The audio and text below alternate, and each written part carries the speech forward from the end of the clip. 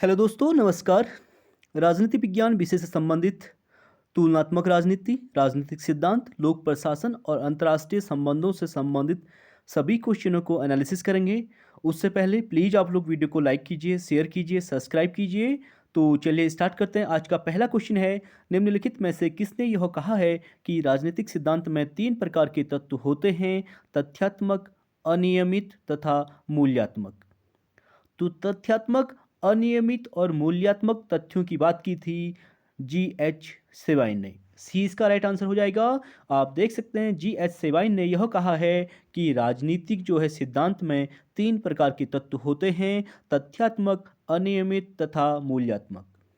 और सेवाइन का मानना है कि राजनीतिक सिद्धांतों का जन्म जो है सामाजिक एवं राजनीतिक संकटों के गर्भ में हुआ है। अगला क्वेश्चन है हमारा, 1950 के दशक में निम्नलिखित में से यह किसने कहा है कि राजनीतिक सिद्धांत डॉग हाउस में चला गया है। तो राजनीतिक सिद्धांत डॉग हाउस में चले गया है, ये कहा था आपका राइमर ने। दूसरा इसका राइट आंसर हो जाएगा। आप देख सकते हैं 1950 के दशक में राइमर ने यह कहा है कि राजनीतिक सिद्धांत डॉग हाउस में चला गया है। अगला है हमारा, निम्नलिखित में से किसने यह कहा है कि हम अपने मूल्यों को इस तरह नहीं छोड़ सकते जिस तरह हम अपने कोट उतार देते हैं। मोस्ट इंपोर्टेंट क्वेश्चन, ये कहा था डेविड ईस्टन ने कि हम अपने मूल्यों को, ठीक है, जो हमारे नैतिक मूल्य हैं उनको इस तरह नहीं छोड़ सकते जिस तरह से हम अपने कोट उतार देते हैं। यानी डेविड ईस्टन ने यह कहा है कि हम अपने मूल्यों को इस तरह नहीं छोड़ सकते जिस तरह हम अपने कोट उतार देते हैं। ईस्टन का मानना है कि मूल्यों की आधारशिला पर ही ज्ञान की इमारत खड़ी की जा सकती है। अगला हमारा, निम्नलिखित में से किसका संबंध राजनीतिक सिद्धांत के पुनरुत्थान से है।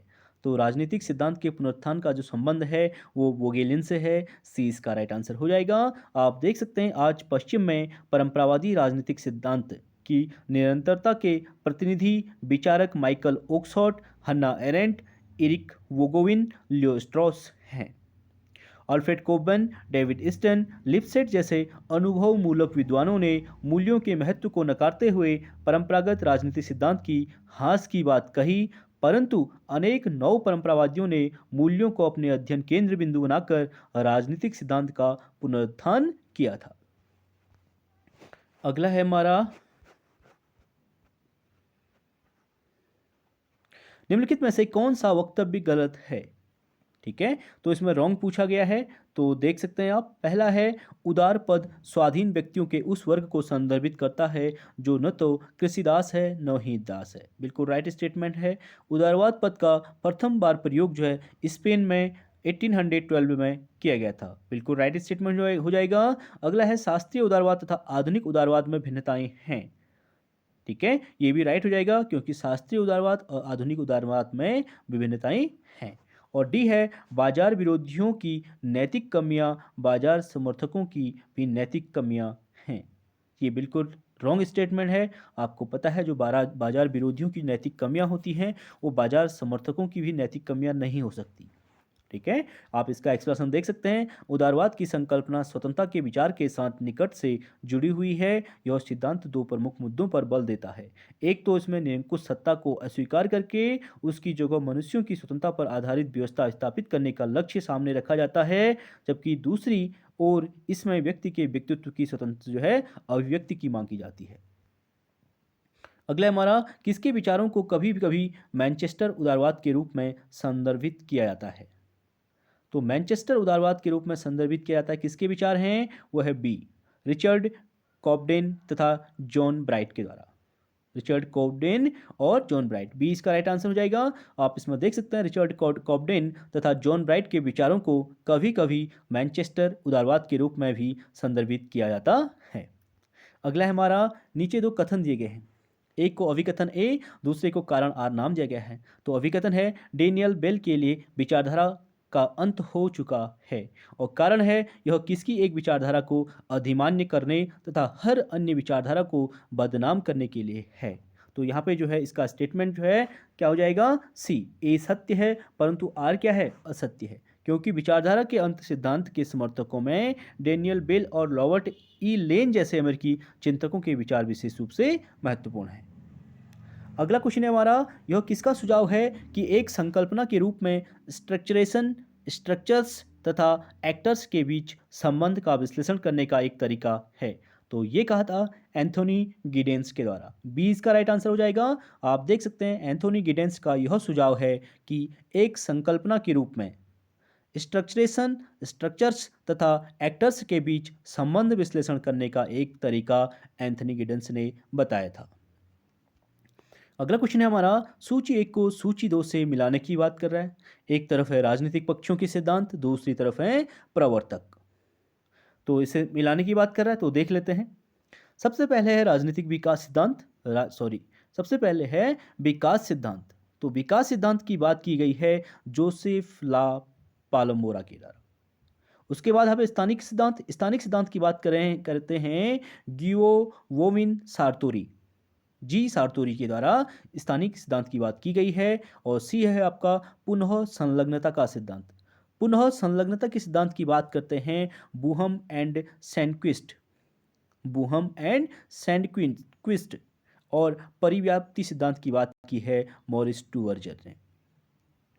यानी आप इसका बी राइट आंसर हो जाएगा। मिलान कर सकते हैं विकास सिद्धांत जोसेफ ला पालमोरा, स्थानिक सिद्धांत जी सार्टोरी, पुनः संलग्नता का सिद्धांत की बात करते हैं बुहम एंड सैंडक्विस्ट, और परिव्याप्ति सिद्धांत की बात करते हैं मॉरिस डुवर्जर।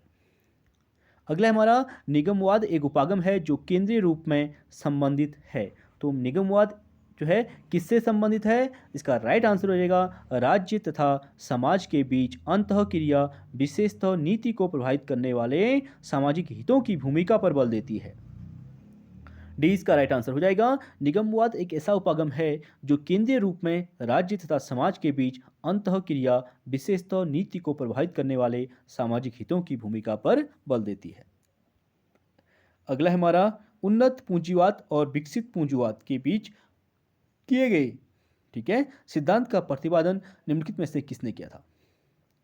तो उन्नत पूंजीवाद और विकसित पूंजीवाद के बीच जो सिद्धांतों का प्रतिपादन करते हैं वो है हर्बर्ट मार्क्यूज, ठीक है। डी इसका राइट आंसर हो जाएगा। उन्नत पूंजीवाद और विकसित पूंजीवाद, विकसित समाजवाद के बीच जो कन्वीनियंस सिद्धांत का प्रतिपादन जो है हर्बर्ट मार्क्यूज ने किया था। अगला क्वेश्चन हमारा, निम्नलिखित में से किस अभिजात सिद्धांतवादी ने यह कहा है कि अपने वैयक्तिक गुणों के कारण कोई व्यक्ति समाज में उतना ही प्रभावी नहीं होता है जितना वह जन समूह द्वारा उसमें सामाजिक ऊर्जाएं भर दिए जाने के कारण होता है? तो वो हो जाएगा आपका गैसेट। गैसेट का मानना था, ठीक है, कि अपने वैयक्तिक गुणों के कारण कोई भी व्यक्ति जो है समाज में उतना प्रभावी नहीं होता कि जितना वह जन समूह द्वारा उसमें सामाजिक ऊर्जा भर दिए जाने के कारण होता है। बिल्कुल राइट स्टेटमेंट आपके एसेट के द्वारा है। आपको पता है जिस प्रकार, ठीक है, आपके कमेंट्स हो गए, आपके जो है लाइक और शेयर जो आप करते हैं उससे क्या होता है, हमें मोटिवेशन मिलता है और हमें प्रेरणा मिलती है कि अधिक से अधिक और काम इस पे किया जाए। गैसेट ने यह कहा है कि अपने व्यक्तिगत गुणों के कारण कोई व्यक्ति समाज में उतना प्रभावी नहीं होता है जितना वह जनसमूह द्वारा उसमें सामाजिक ऊर्जाएं भर दिए जाने के कारण होता है। और आप लोगों का कमेंट हमें ऊर्जा से परिपूर्ण कर देता है, ठीक है। गैसेट का मानना था और वाकई ये रियल लाइफ में भी लागू होता है। अगर है आपके राजनीतिक दार्शनिक का संबंध, यह किसने कहा है कि स्वयं मेरा अस्तित्व एक सामाजिक क्रियाकलाप है तथा क्रियाकलाप की और मन और अपने संदर्भ में और साथ ही अपने उद्गम में सामाजिक है, वे सामाजिक क्रियाकलाप तथा सामाजिक मन है। तो ये कहा था कार्ल मार्क्स ने। बी इसका राइट आंसर हो जाएगा। आप देख सकते हैं स्वयं मेरा अस्तित्व एक सामाजिक क्रियाकलाप है तथा क्रियाकलाप और मन अपने संदर्भ में और साथ ही अपने उद्गम में सामाजिक हैं, वे सामाजिक क्रियाकलाप तथा सामाजिक मन हैं। यह कथन कार्ल मार्क्स का है। अगला क्वेश्चन है, हॉब्स ने रिजोल्यूटिव कंपोजिट का सिद्धांत किससे ग्रहित किया था? तो हॉब्स ने रिजोल्यूटिव कंपोजिट का सिद्धांत जो ग्रहित किया था वो क्या था? गैलीलियो से। ए इसका राइट आंसर हो जाएगा। आप देख सकते हैं हॉब्स जो है वैज्ञानिक सिद्धांतों के आधार पर एक संपूर्ण दर्शन की रचना करना चाहता था और राजनीतिक दर्शन उसके इस संपूर्ण चिंतन का एक अंग था। गैलीलियो के युग में हॉब्स राजनीति का गैलीलियो था और उसकी भांति हॉब्स ने पुराने विषय में से एक विज्ञान को जन्म दिया है। अगला है हमारा, निम्नलिखित में से किसने the league of radical congressman का गठन किया था?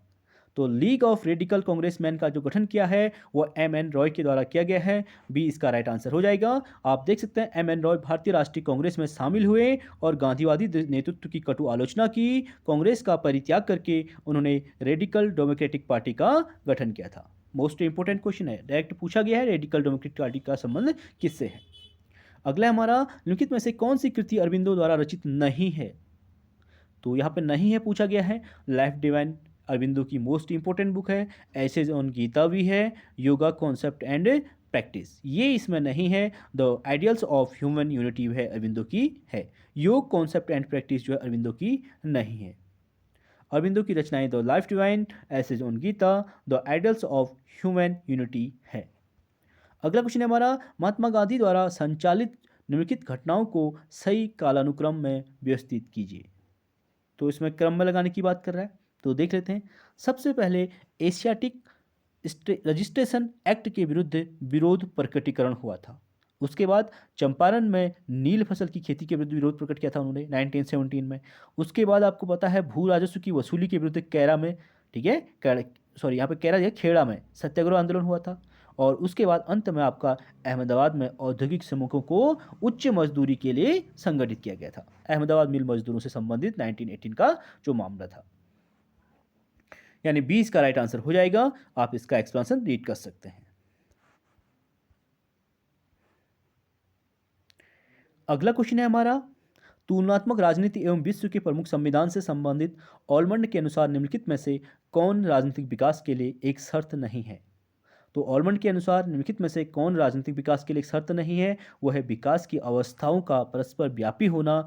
ये ऑलमंड के अनुसार राजनीतिक विकास की एक शर्त नहीं है। बाकी संसाधनों की उपलब्धता एक चुनौती है भाई, चुनौतियों से पर्याप्त अनुक्रिया भी चुनौती है, और अन्य सामाजिक व्यवस्थाओं के का समनुरूप विकास भी चुनौती है। ए बी डी इसका राइट है। जो नहीं है वो विकास की अवस्थाओं का परस्पर व्यापी होना, ये नहीं है। सी इसमें राइट आंसर हो जाएगा। आप देख सकते हैं ऑलमंड के अनुसार राजनीतिक विकास के लिए निम्न शर्तें हैं, जैसे संसाधनों की उपलब्धता, चुनौतियों से पर्याप्त अनुक्रिया, अन्य सामाजिक व्यवस्थाओं का समानुरूप विकास। अगला क्वेश्चन हमारा, सहकारी संघवाद पद का उदय कब हुआ था?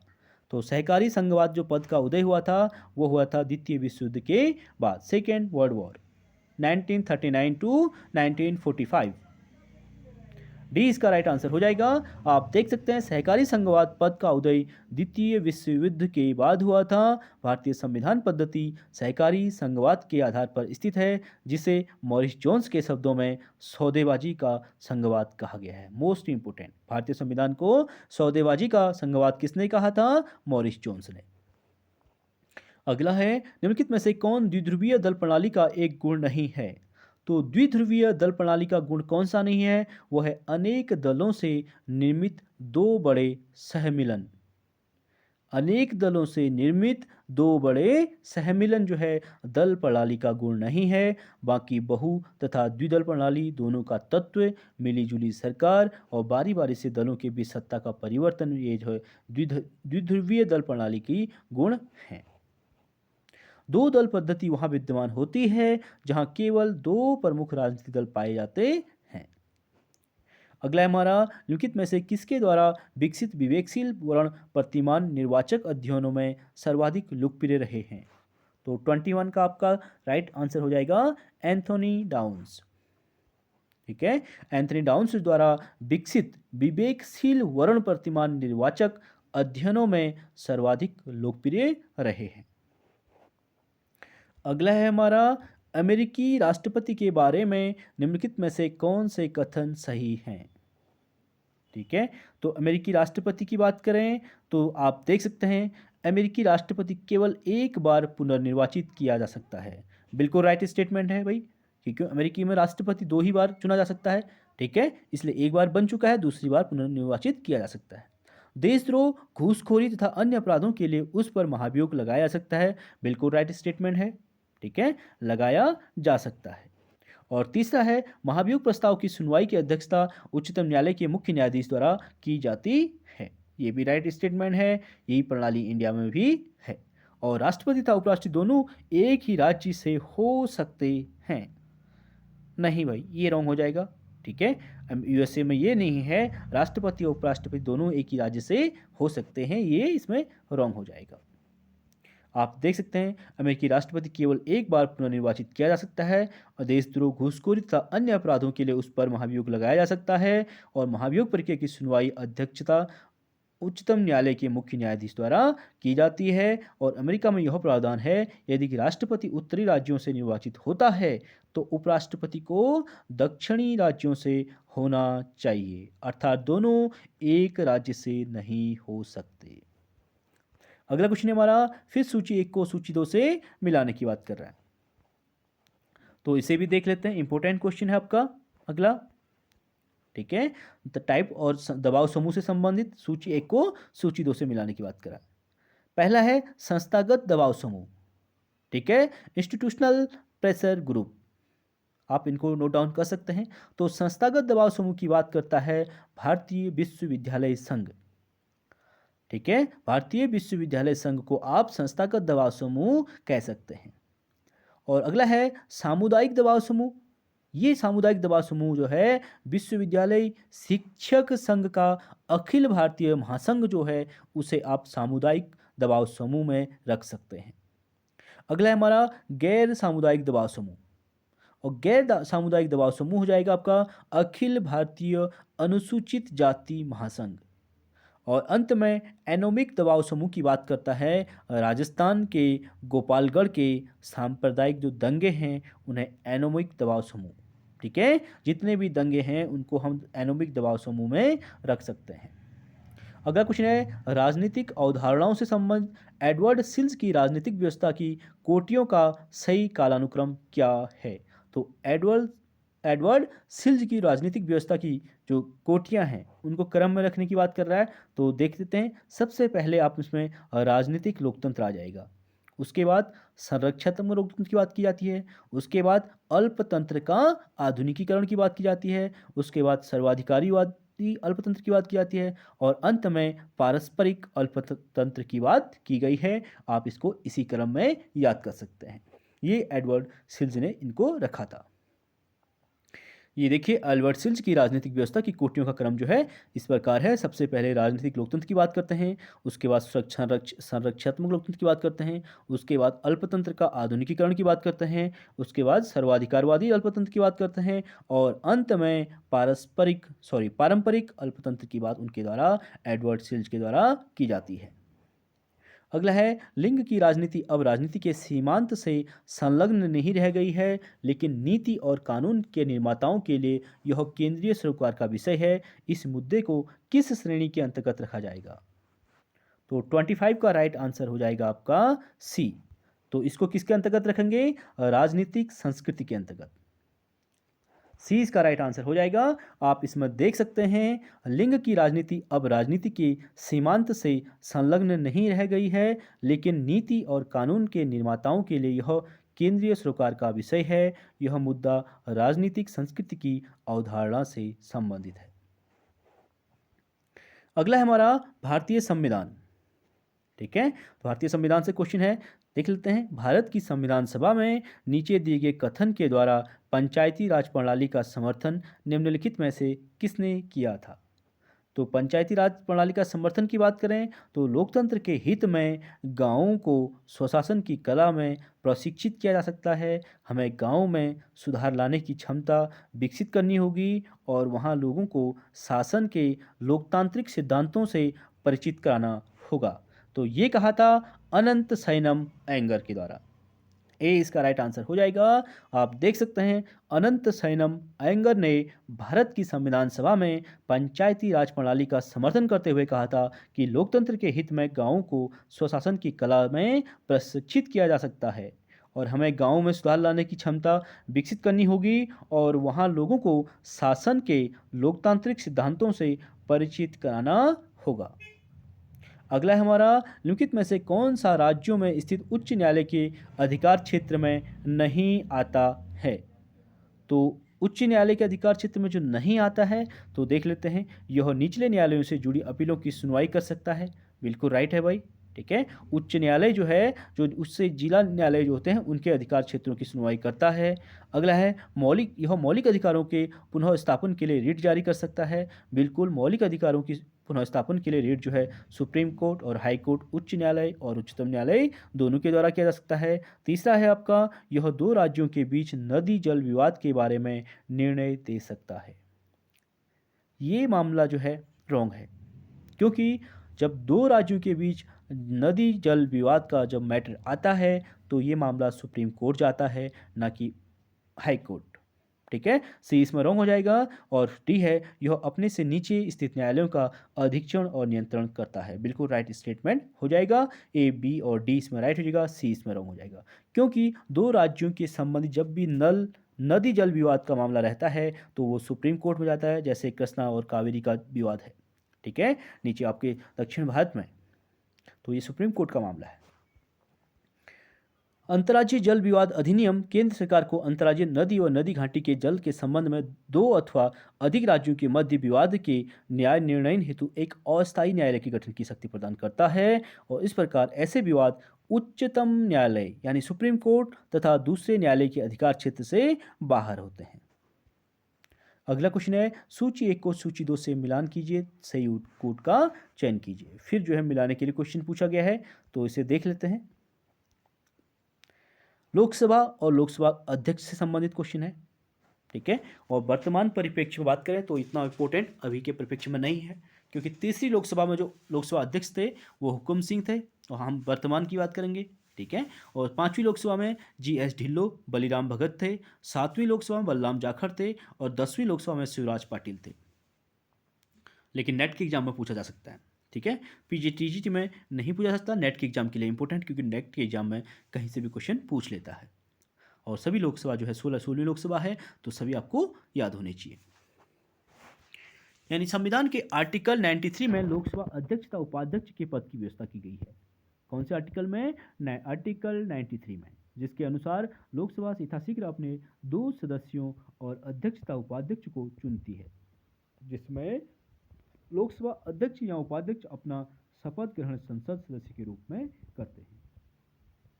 अगला है, निम्नलिखित में से किसने 1990 में भारत का अभिलक्षण ए मिलियन मिनटीज के रूप में वर्णित किया है?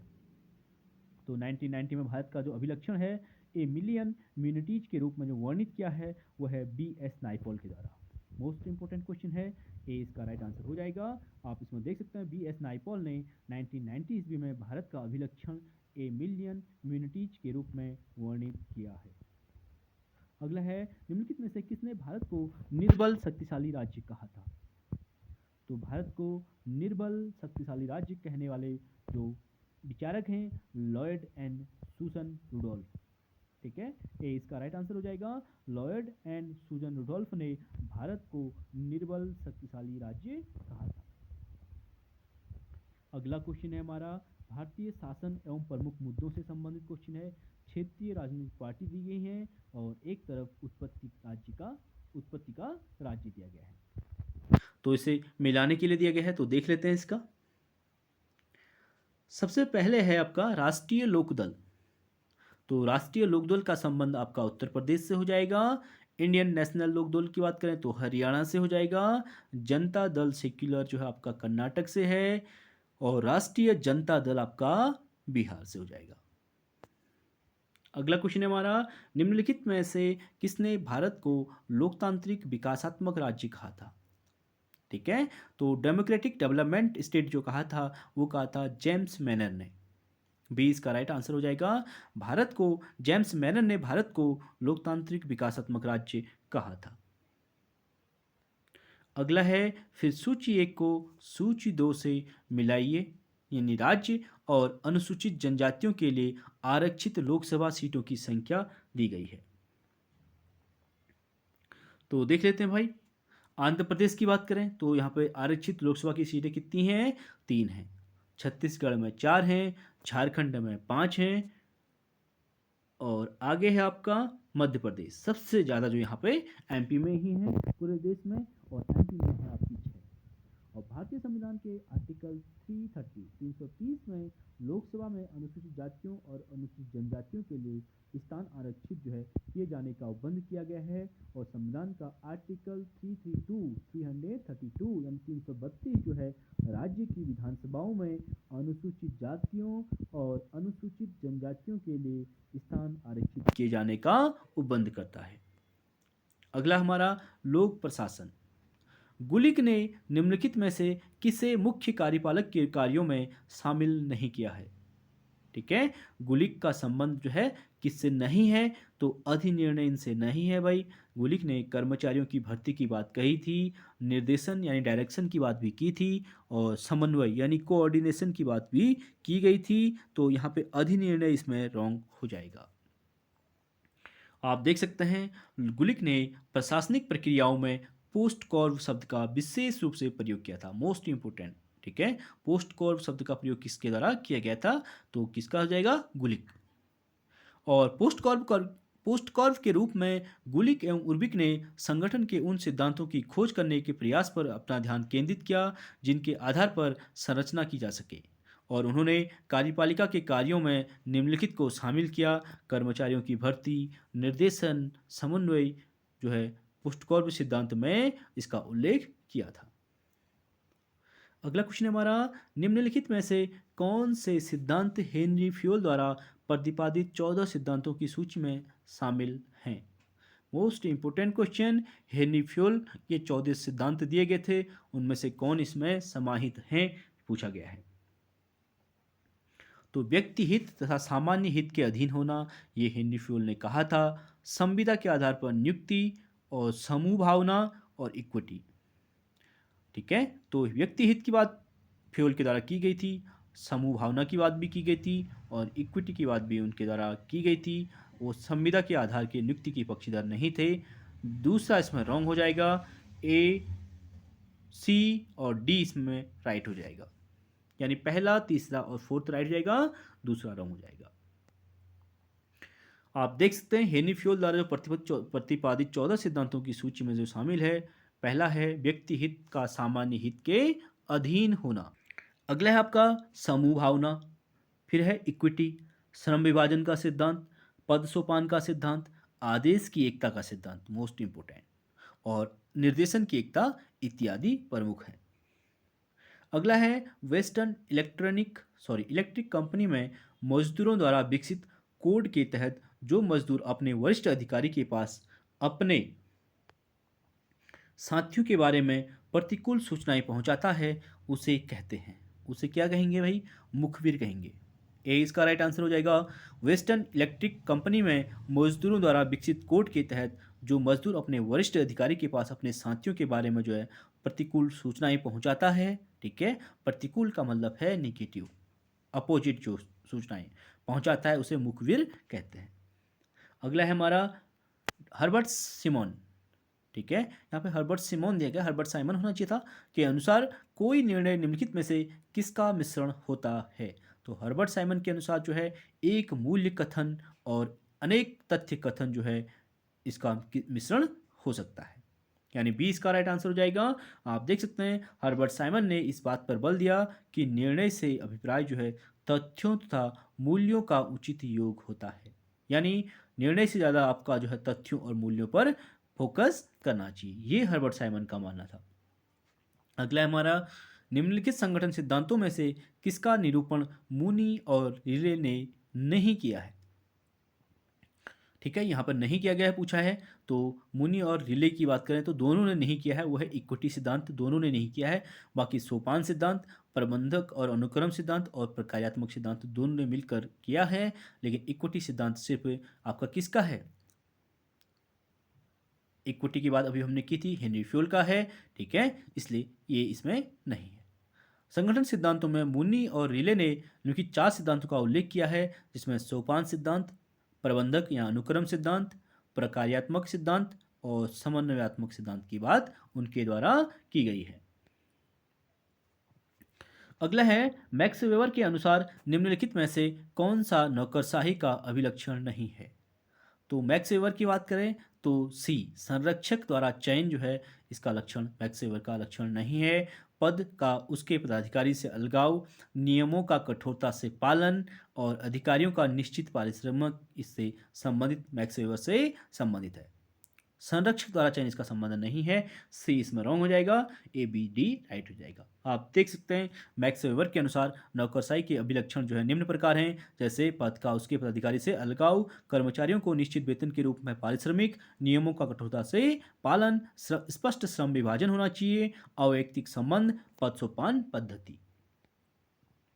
अगला है हमारा, निम्नलिखित में से कौन सा निर्णय प्रक्रिया का अंग नहीं है? तो निर्णय प्रक्रिया, ठीक है, तो अंग जो नहीं है वह है आपका ए इसमें नहीं है, बाकी है। यानी यह अचेतन कार्रवाई है, यह अचेतन कार्रवाई नहीं है भाई, यह चेतन कार्रवाई होनी चाहिए, तो इसलिए रॉन्ग है। और यह एक ही बार में की जाने वाली प्रक्रिया नहीं है, क्योंकि इसको बार बार दोहराया जा सकता है, यह परिवेशगत कार्रवाई है, ये भी राइट हो जाएगा। और डी है आपका, इसमें अंतिम निर्णय पर पहुंचने से पहले अध्ययन करने और विकल्पों का पता लगाने की जरूरत पड़ती है। तो यहाँ पे निर्णय प्रक्रिया की जो अंग हैं, समस्या को परिभाषित करना, सबसे पहले आप क्या करेंगे, जो प्रॉब्लम है उसको डिफाइन करेंगे, परिभाषित करेंगे, उसके बाद उस प्रॉब्लम समस्या का को एनालिसिस करेंगे, उसका विश्लेषण करेंगे, उसके बाद वैकल्पिक साधनों का विकास करेंगे और अंत में सबसे अच्छे विकल्प का क्या करेंगे, चुनाव करेंगे। अगला क्वेश्चन है, निम्नलिखित में से कौन से स्टाफ अधिकारी कहलाते हैं? मोस्ट इंपोर्टेंट, ठीक है। तो स्टाफ अधिकारी जो कहलाते हैं वह है आपका, जो कर्मचारी अपने मुख्य कार्यपालक की उसके प्रमुख कामों को पूरा करने में मदद करते हैं, उसे स्टाफ अधिकारी कहते हैं। सी इसका राइट आंसर हो जाएगा। आप देख सकते हैं स्टाफ अथवा मंत्रालयिक अभिकरण वह अभिकरण है जो विभाग के गृह प्रबंध समिति या प्रबंधात्मक कार्य को संपन्न करता है। और स्टाफ अभिकरण मुख्य कार्यपालिका को सहायता, परामर्श तथा सूचना उपलब्ध करवाने वाले व्यक्ति, अधिकारी तथा इकाइयां स्टाफ अभिकरण कहलाते हैं। अगला क्वेश्चन हमारा, लोक प्रशासन और निजी प्रशासन में निम्नलिखित में से कौन सा तत्व जो है सर्वसामान्य नहीं है? तो लोक प्रशासन और निजी प्रशासन में जो है कौन सा तत्व सर्वसामान्य नहीं है पूछा गया है, वह है विषय क्षेत्र और जटिलता, ठीक है। डी इसका राइट आंसर हो जाएगा। ये दोनों में सर्वमान्य नहीं है, बाकी लेखाकरण, भराव और प्रबंधकीय तकनीक जो है दोनों में समान है। आप देख सकते हैं लोक प्रशासन तथा निजी प्रशासन में निम्न तत्व सर्वमान्य नहीं है, जैसे लेखाकरण हो गया, भराव हो गया, प्रबंधकीय तकनीकी हो गई, ये जो है अलग अलग हैं। अगला क्वेश्चन है हमारा, भारतीय प्रशासनिक व्यवस्था से संबंधित प्रशासन की निम्नलिखित अवधारणाओं में से कौन सही अवधारणा संरचना की बजाय कार्यवाही की ओर अभिमुख होती है? तो वो है आपकी, जो संरचना के बजाय कार्यवाही की ओर अभिमुख होती है, विकास प्रशासन, ठीक है। सी इसका राइट आंसर हो जाएगा। सामान्य तौर पर लोक प्रशासन और खास तौर पर विकास प्रशासन राज्य द्वारा जनता की बढ़ती हुई विकासात्मक आवश्यकताओं एवं मांगों को संतुष्ट करने की क्षमता से संबंधित होती है। और विकास प्रशासन लोक प्रशासन का वह पहलू है जो कि सरकारी प्रभाव के माध्यम से प्रगतिशील राजनीतिक, सामाजिक, आर्थिक लक्ष्यों में परिवर्तन पर जोर देता है। अगला है, स्वतंत्रता के बाद भारत में वित्तीय पंचवर्षीय योजना किस वर्ष के दौरान आरंभ हुई थी? तो वित्तीय पंचवर्षीय योजना जो शुरू हुई थी वो हुई थी 1951 से 52 में, ठीक है। उन्हें पहली जो मानी जाती है पंचवर्षीय योजना 1951 से 56 के बीच मानी जाती है, तो इसमें बी इसका राइट आंसर हो जाएगा। आप देख सकते हैं स्वतंत्रता के बाद भारत में आर्थिक नियोजन का रास्ता चुना गया और अप्रैल 1951 में पहली पंचवर्षीय योजना शुरू की गई थी। और पहली पंचवर्षीय योजना की जो अवधि है 1951 से 56 तक मानी जाती है। और यह योजना हैरोल्ड डोमर मॉडल पर आधारित है, ठीक है। हैरोल्ड डोमर मॉडल पर आधारित है, यानी इस योजना का जो अध्यक्ष बनाया गया था हैरोल्ड डोमर को बनाया गया था। और इस योजना का फोकस किस पर था? कृषि पर था। यानी पहली पंचवर्षीय योजना में कृषि को प्रमुखता दी गई थी, दूसरी पंचवर्षीय योजना में उद्योग को प्राथमिकता दी गई थी, और तीसरी पंचवर्षीय योजना में उद्योग और कृषि दोनों को प्राथमिकता दी गई थी। और यह योजना सफल रही थी। वर्तमान में 12वीं योजना चल रही है, जिसकी कार्यावधि जो है 2012 से 2017 के बीच है। और वर्तमान की बात करें तो पंचवर्षीय योजनाओं को योजना आयोग के साथ ही समाप्त कर दिया गया है, और योजना आयोग के स्थान पर नीति आयोग जो है वर्तमान में 1 जनवरी 2015 से लागू कर दिया गया है। अगला क्वेश्चन अंतर्राष्ट्रीय संबंधों से संबंधित है। बहुध्रुवीय व्यवस्था की तुलना में द्विध्रुवीय व्यवस्था के स्थायित्व से संबंधित केनेथ वॉल्ज, ठीक है, केनेथ वॉल्ज का संबंध अंतर्राष्ट्रीय संबंध इंटरनेशनल रिलेशन से है कि तर्क के आधार पर किसने ग्रहण किया है? तो किसने किया था? जॉन मार्सी मायर ने। सी इसका राइट आंसर हो जाएगा। आप देख सकते हैं जॉन मार्सी मायर ने बहुध्रुवीय व्यवस्था की तुलना में द्विध्रुवीय व्यवस्था के स्थायित्व से संबंधित केनेथ वॉल्ज के तर्क का आधार ग्रहण किया है। अगला हमारा लोकतांत्रिक शांति सिद्धांत को आईआर के किस सिद्धांतिक उपागम के अंतर्गत रखा गया है? आईआर मानी इंटरनेशनल रिलेशन के अंतर्गत, तो वो है आपका संस्थानिक उदारतावाद। डी इसका राइट आंसर हो जाएगा। उदारवाद दो मुख्य बातों पर बल देता है। एक तो इसमें निरंकुश सत्ता को अस्वीकार करके उसकी जगह मनुष्यों की स्वतंत्रता पर आधारित व्यवस्था स्थापित करने का लक्ष्य सामने रखा जाता है, और दूसरा इसमें व्यक्ति के व्यक्तित्व की स्वतंत्र अभिव्यक्ति की मांग की जाती है। इसमें उदारवाद में, ठीक है, लोकतांत्रिक उदारवाद। अगला है हमारा अंतर्राष्ट्रीय राजनीति भारतीय परिप्रेक्ष्य में जो क्वेश्चन है, निम्नलिखित में से कौन से वक्तव्य सही नहीं है? ठीक है, तो भारतीय परिप्रेक्ष्य में अंतर्राष्ट्रीय राजनीति में कह रहा है कि कौन से राइट नहीं है, तो इसमें सी इसका राइट आंसर है, यानी तीसरा और चौथा इसमें राइट नहीं है। भाई देख लेते हैं तीसरा और चौथा क्यों राइट नहीं है। पहला है सुरक्षा संबंधी दुविधा राज्य व्यवस्था का महत्वपूर्ण विरोधाभास होता है, बिल्कुल राइट हो जाएगा। हथियारों की होड़ राज्यों की असुरक्षा को बढ़ाती है, बिल्कुल राइट स्टेटमेंट है भाई।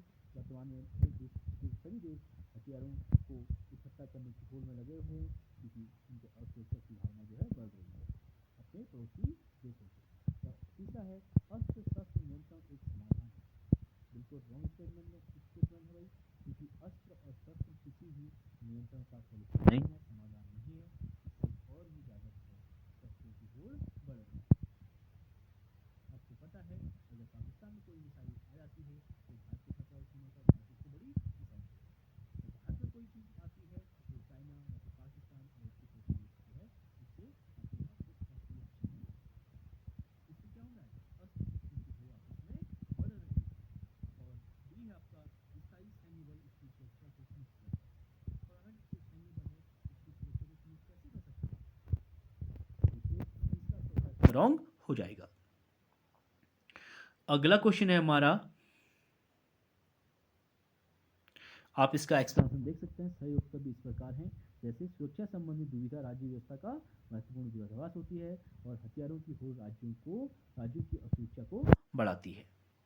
आज अगला क्वेश्चन है clash of civilization, most important question, ठीक है। क्लैश ऑफ सिविलाइजेशन की बात कौन करता है? आपको पता है क्लैश ऑफ सिविलाइजेशन की बात जो है कोल्ड वॉर के समय आया था, ठीक है। तो अभी बात करते हैं एच.पी. हंटिंगटन के द्वारा किया गया था। Clash of civilization and new world order में उत्तर शीत युद्ध काल में निम्नलिखित में से किससे बदलाव की भविष्यवाणी की गई है? तो बदलाव की भविष्यवाणी की बात की गई है राजनीतिक विचारधारा से संस्कृति और धर्म। डी इसका राइट आंसर हो जाएगा। Clash of civilization and new world order में उत्तर शीत युद्ध काल में राजनीतिक विचारधारा से संस्कृति और धर्म से बदलाव की भविष्यवाणी की गई है।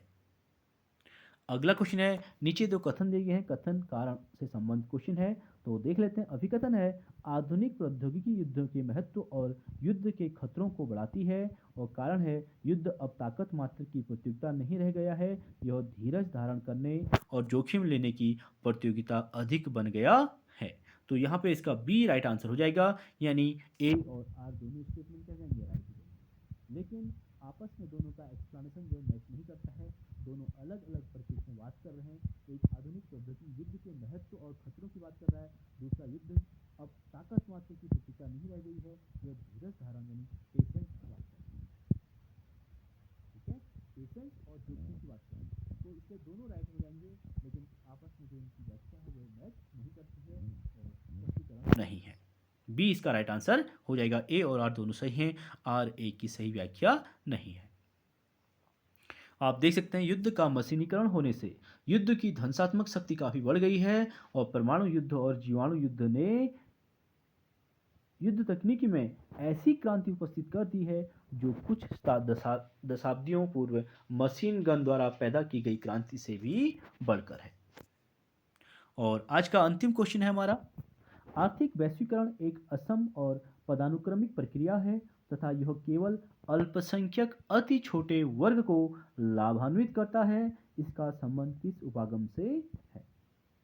तो आर्थिक वैश्वीकरण एक असम और पदानुक्रमिक प्रक्रिया है तथा यह केवल अल्पसंख्यक छोटे वर्ग को लाभान्वित करता है। इसका संबंध आपका नव मार्क्सवाद से है। ठीक है, न्यू मार्क्सिज्म, यानी डी इसका राइट आंसर हो जाएगा। तो चलिए फ्रेंड्स, आज के लिए इतना ही। आई होप वीडियो आप लोगों को पसंद आई होगी। प्लीज़ आप लोग वीडियो को लाइक और शेयर जरूर करें। Thank you so much.